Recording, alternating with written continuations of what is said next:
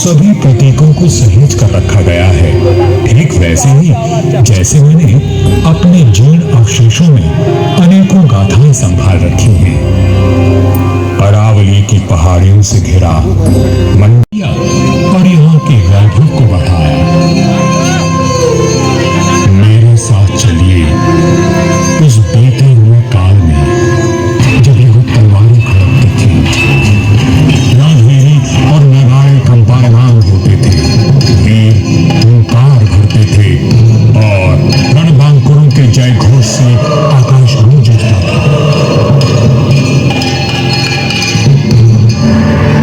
सन 1394 ईस्वी में परिहारों की शक्ति अस्त हो रही थी। गुजरात के सूबेदार जफर खान ने दिल्ली की कमजोर सल्तनत के चलते मंडौर और नागौर को अपने कब्जे में ले लिया था। अब मेरी चार दीवारी में परिहार नहीं, तुर्क आ बसे थे।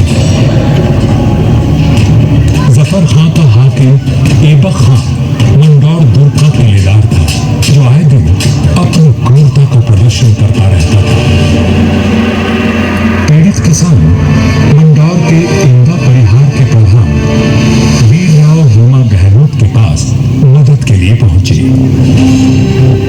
राव हेमा जी, ये तुर्क हमसे मनमाना लगान वसूल करते हैं। आए दिन हमारी गायों को चुरा कर ले जाते हैं और अब अपने घोड़ों के लिए घास से लदी गाड़ियां मांग रहे हैं। हम तो बर्बाद हो जाएंगे। अपनी शक्ति पर इतना अभिमान कि उसे 3 किसानों पर आजमा रहा है। भैरव जी की सौगंध, जुल्म करने के लिए अब ऐबक खान जिंदा नहीं बचेगा।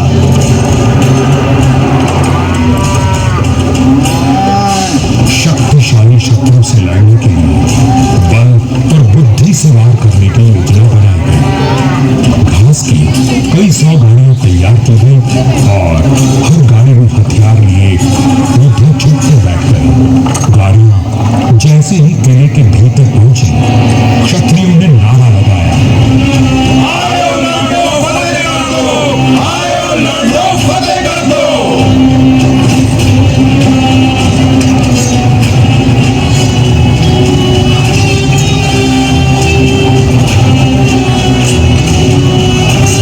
अचानक हुए प्रहार से तुर्कों को संभलने का अवसर नहीं मिला।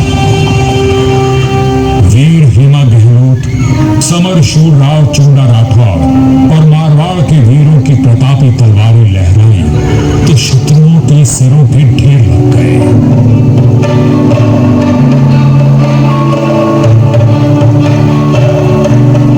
इसी जीत की याद में आज भी मंडौर में राव महोत्सव मनाया जाता है।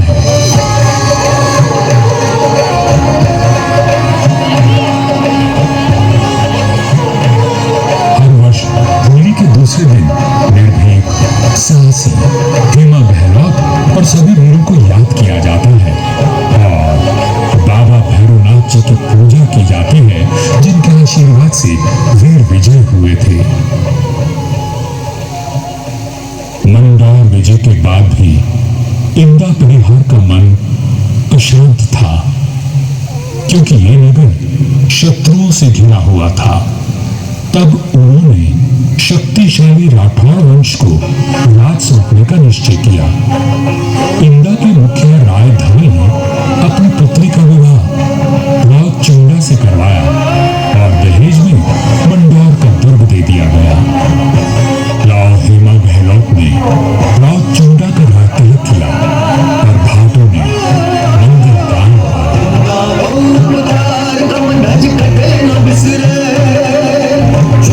चवरी चाड़ दीवा ढोल गाए छे, इंदारो खुदा कम नज कदे न बिसरे।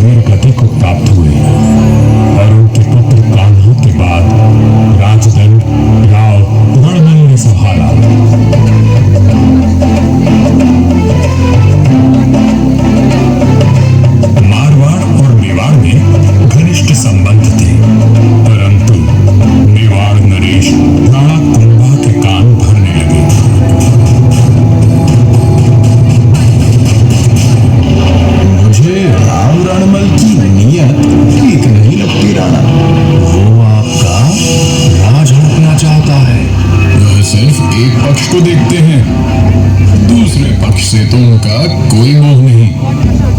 एक मधुर संबंध में संशय और अविश्वास का विष घोल दिया गया था।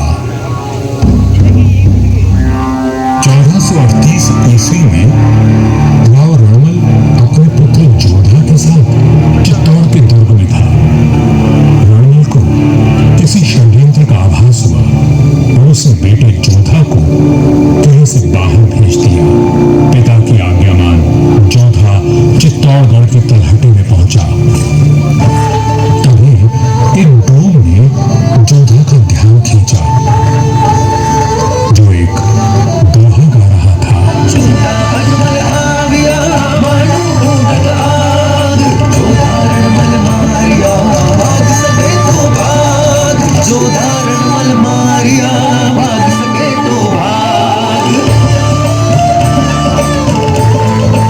राणा कुंभा के निर्देश पर चुंडा ने राव रणमल की हत्या कर दी थी। पिता की हत्या का प्रतिशोध लेने की प्रतिज्ञा लेकर युवा जोधा मारवाड़ की ओर बढ़ चला, परंतु चुंडा उसका पीछा करता रहा। वह राणा कुंभा का ताऊ था और मारवाड़ का पुराना बैरी।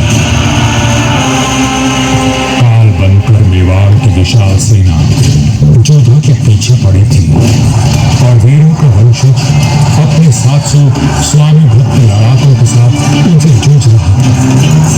विपत्ति के हर बवंडर को साथ कर जब जोधा मंडोर पहुंचा तो उसके पास केवल 7 सैनिक बचे थे, पर चुंडा यहां भी आ पहुंचा।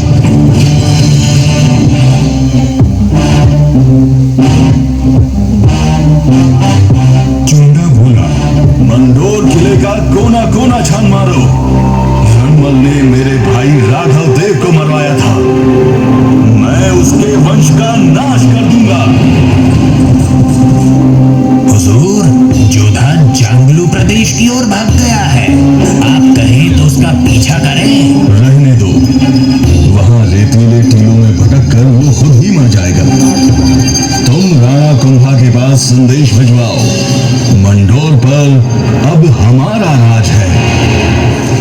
पिता की निर्मम हत्या की पीड़ा और राज को देवी का अपमान लिए जोधा भटक रहा था। हर ओर शत्रु घात लगाए बैठे थे, पर जुझारू जोधा ने आस और विश्वास नहीं खोया। 15 वर्षों तक संघर्ष और अथक प्रयास करने के बाद जोधा ने दुर्भाग्य को जीत लिया। चुंडा की मृत्यु हो चुकी थी और मंडोर को राव जोधा ने फिर से जीत लिया था। समय बदल रहा था और देश पर विदेशी आक्रमणकारियों का संकट घिर आया था। ऐसे में एक दूसरे से लड़ने के बजाय मारवाड़ और मेवाड़ में संधि कर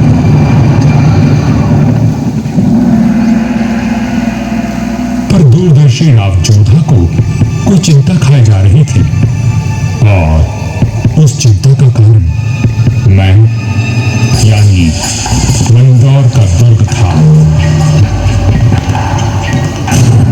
किस सोच में डूबे हैं राव जी? अपने आसपास देखो, क्या दिखता है? आकाश, जंगल, पहाड़ियां। ये पहाड़ियां ही मेरी चिंता है। कई 100 साल पहले ये काफी ऊंची थी और किले तक पहुंचना कठिन था, पर भारी वर्षा और धूल भरी आंधियों ने इनका कद घटा दिया है। राव जोधा की बात पीड़ादायक परंतु सत्य थी। मैं भी अब बूढ़ा और कमजोर हो चला था, सो मेरा त्याग करके मेहरानगढ़ का निर्माण किया गया और ये सही फैसला था। भारत में जब मुगलों का आगमन हुआ तो राठौड़ राजवंश ने उनसे सीधी टक्कर ली और हार माने बिना संघर्ष करते रहे। इस सब में मेहरानगढ़ ने प्रमुख भूमिका निभाई। जोधपुर का इतिहास प्रेरणादायक वीर गाथाओं से भरा हुआ है। त्याग और देशभक्ति के कीर्तिमान स्थापित करके इतिहास में अमर हो जाने वाले वीरों ने जोधपुर का सर सदा ऊंचा रखा है।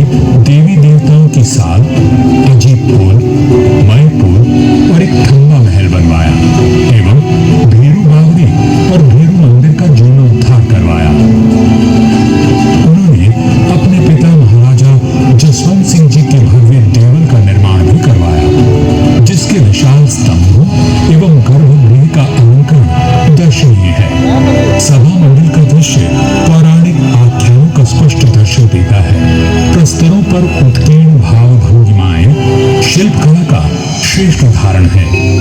महाराजा जसवंत सिंह जी द्वितीय ने मंडौर को दर्शनीय बनाने पर विशेष ध्यान दिया। उन्होंने मंडौर बाग में 100 से अधिक प्रजाति के वृक्ष लगवाए जो उद्यान की अहमियत को और अधिक सुंदरता प्रदान करते हैं।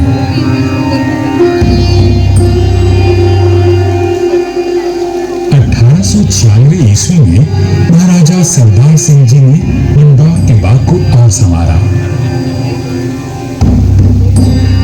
महाराजा उम्मेद सिंह जी के समय 1923 और 1947 के बीच मंडौर उद्यान को आधुनिक रूप देने हेतु कई कार्य करवाए गए, जैसे नागादरी नहर का जीर्णोद्धार, देवलों और महलों के पास सुंदर बाग विकसित किए गए। इसके साथ ही 4 दीवारी व दोनों मुख्य द्वारों का निर्माण हुआ। मारवाड़ नरेश राव गंगा राठौर जी ने कहा था, नाम तो गीता या भीतरा सूर्य। युगों तक मनुष्य की ख्याति या तो साहित्य सृजन से अथवा बड़े बड़े निर्माण कार्यों से रहती है। राठौड़ राजवंश अपने पराक्रम और निर्माण के लिए अमर रहेगा। मंदौर में स्थित थड़ों एवं देवलों पर बनी अद्भुत मूर्तियां शिल्पकला की नायाब मिसाल है। मारवाड़ के सर्वाधिक शक्तिशाली नरेश राव मालवीर जी से लेकर महाराजा अजीत सिंह जी के देवल आज भी सुंदर नक्काशी एवं बेजोड़ वास्तुकला की छाप छोड़ते हैं।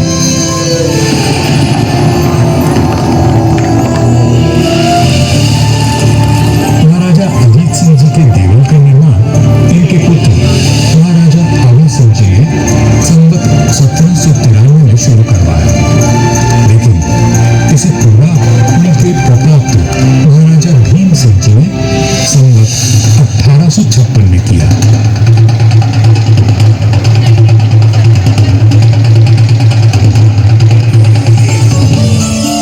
राजस्थान के समस्त देवों में न केवल भव्यता है बल्कि अपनी कलात्मकता को सहेजे तत्कालीन शिल्पकला का विलक्षण उदाहरण है।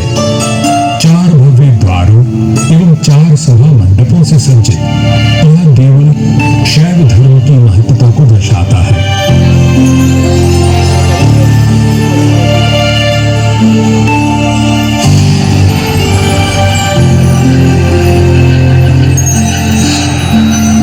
आजादी के पश्चात यहाँ कई विकास कार्य करवाए गए और 1968 में यहाँ के महलों में संग्रहालय की स्थापना की गई। यहाँ जन्मे वीरों और स्वामी भक्तों की मिसाल युगों तक कायम रहेगी। जब वीरपुरी और नाग पंचमी को यहाँ विशाल जनसमूह उमड़ता है तो आज भी हमारे आत्मीय संबंध जीवंत हो उठते हैं।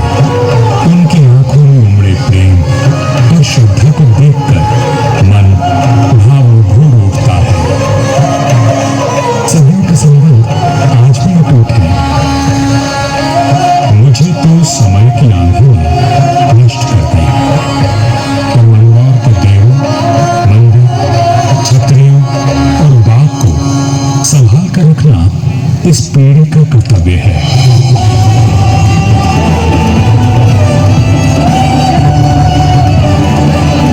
मंदौर दुर्ग है साक्षी करता गौरव गान, कैसे कैसे वीर हुए कि कैसी उनकी शान।